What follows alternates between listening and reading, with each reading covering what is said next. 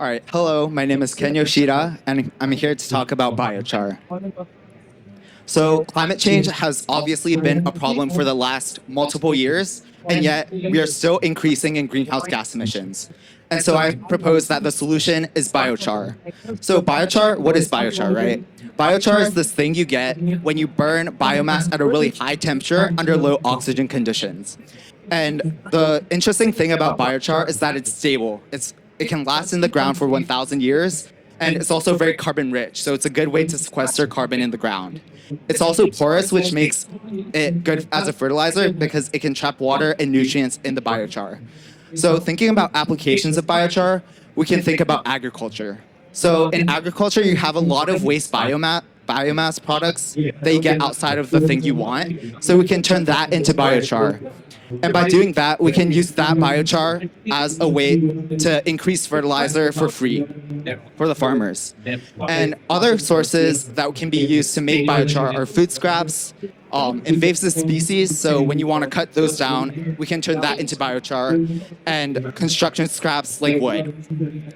So that's one part of the loop, but I think an interesting part of the other loop is about carbon credits. So because biochar is effectively a negative carbon source, we can sell it for carbon credits to companies and reintroduce the profits back into the agricultural communities.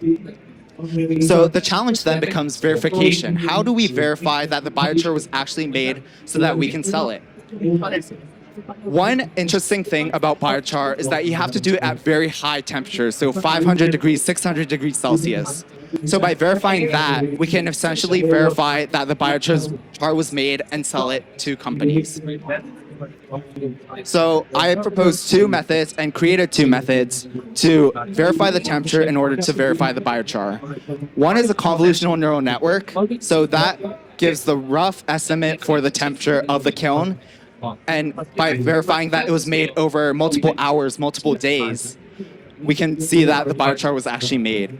The second way I proposed and made was a physical thermocouple, which is basically like a thermometer, but a metal beak that more accurately measures the temperature.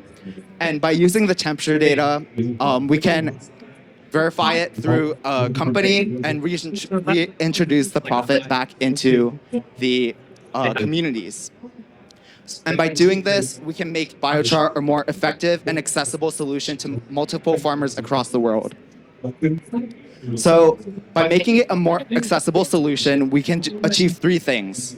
One is a win for the farmers. They can get rid of the waste biomass that they don't want anymore, while also increasing fertilizers and also getting them a new source of income. Win two is for the environment. By trapping the carbon in these stable forms for thousands of years, we can help the cause of carbon emissions by trapping them into the ground for thousands of years. Now, finally, the third win is for the companies that get a new source of carbon credits. Thank you.